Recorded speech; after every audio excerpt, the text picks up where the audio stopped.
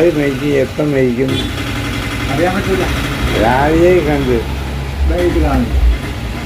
അയ്യോ, എന്റെ അടുത്ത് വന്ന് ഇപ്പൊ സംസാരിച്ചു പോയതാ. ഇത് നല്ല മനുഷ്യൻ. അത് വരെ എല്ലാ ചീത്തയും പറയും. ആ ചത്ത് കഴിയുമ്പോൾ പറയും നല്ല മനുഷ്യനായിരുന്നു. അത് തമാശയായി.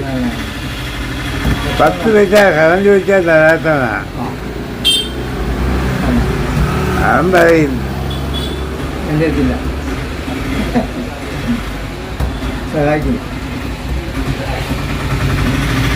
അപ്പം എന്ത് മക്കള് 3 കൊച്ചു മക്കളുമായിട്ട് കഴിയുന്നു.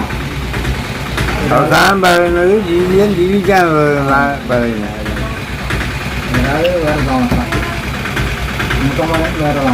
മരണത്തിനെ കുറിച്ചൊരു വാക്ക്. മരണം എന്നാലുണ്ട്. മരണം നല്ല മരണം നമുക്ക് ഒരു അസുഖമില്ലാതെ കഷ്ടപ്പെടാൻ മരിക്കണം. ആഗ്രഹമാകും. ആഗ്രഹം എന്നേ പറയാൻ പറ്റും. ഞാൻ പറയുകയാണെങ്കിൽ മരണത്തിൻ്റെ നിർവചനം ആരും കേൾക്കാത്ത സംഗീതം. എന്താണ് മരണം എന്നാൽ? ആരും കേൾക്കാത്ത സംഗീതം.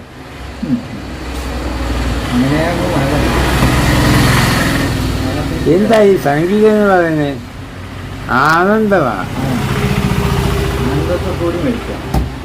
മരണപ്പെട്ടവന് ദുഃഖമുണ്ടോ?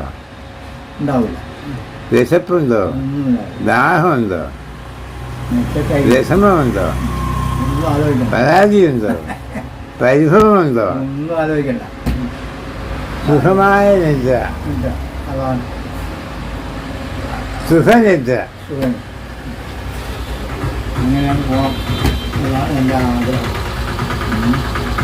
പറഞ്ഞേ പോകൂ. ഗോപാലത്തിന് എത്ര വയസ്സായി? 74. എനിക്ക് 70.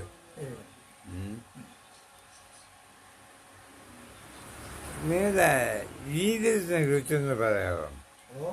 ഒരു ബാല്യകാലം, യൗവനകാലം, വിവാഹം, സന്താനം, മധ്യവയസ്കൻ, വയസ്സൻ എന്നും ഇത്രയും ഘട്ടങ്ങളിലൂടെ വന്നു. അപ്പം ഇതിനകത്ത് എന്തായ അനുഭവങ്ങളെന്ന് പറയാമോ? ഓർത്തെടുക്കാവുന്ന അനുഭവങ്ങൾ. ചെറുപ്പത്തിലേ അധ്വാനിച്ചിട്ട് അങ്ങനെ വരുന്നതാണ്. ഇപ്പം കടയുണ്ട്, 2-3 കടയുണ്ട്. അതുകൊണ്ട് ഇങ്ങനെ ജീവിക്കുക. ഒരു കടയിൽ പാലിൻ്റെ, മിൽമ പാലിൻ്റെ ബിസിനസ് ഉണ്ട്. മറ്റൊരു സർബത്ത്, നാരങ്ങ സോഡ, അങ്ങനെയൊക്കെയുള്ള വെള്ളത്തിൻ്റെ ഇതുണ്ട്, ജ്യൂസ്, അതെല്ലാം ഉണ്ട്. അമ്പലത്തിന് മുമ്പിൽ തന്നെയാണ് കട. നേരിട്ട് ദർശനം. അതാണ് ഗോപാലത്തിൻ്റെ ഏറ്റവും വലിയ വിജയം.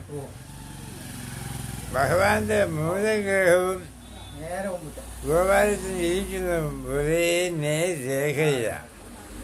അത് എനിക്ക് ഇത്ര നാളായിട്ട് ഞാൻ പറഞ്ഞതിന് മുമ്പ് വരെ ശ്രദ്ധിച്ചിട്ടുണ്ടോ? ഇല്ല. ഞാൻ പറഞ്ഞപ്പോഴാണ് ഓർത്തെടുക്കുന്നത്. ആ ഒരു ഭാഗ്യം അദ്ദേഹത്തിനുണ്ട്. ഭഗവാന്റെ കൃപ കൊണ്ട് ഒരു മോനുണ്ട്. പിന്നെ 2 മക്കളുണ്ട്, 2 ആൺകുട്ടികൾ. 2 ആൺകുട്ടികൾ. 2 ആൺകുട്ടി. അവർ കല്യാണം കഴിച്ച കുട്ടികളുണ്ട്. 2 കുട്ടികൾ. ഇവർ എറണാകുളം ചെയ്യുന്നു. ഇവിടെ വരുന്ന ഇതിൽ ചെറുകിട വ്യവസായത്തിൻ്റെ ഓഫീസിൽ കോഴിക്കോട്. മറ്റൊരിപ്പോൾ മകന് ഒരു സെക്യൂരിറ്റീൻ്റെ ജോലിയുണ്ട് വില്യാപ്പള്ളി, കനറ ബാങ്ക്. സർക്കാർ ജോലി. അത് ഭാഗ്യമാണ്. അത് വലിയൊരു ഭാഗ്യമാണ്. ഭഗവാൻ തന്ന കലാശമാണ്. ഒരു സ്ഥിരമായ വരുമാനം ഉണ്ടെങ്കിൽ അത് ജീവിതത്തിനൊരു ഭദ്രതയാണ്.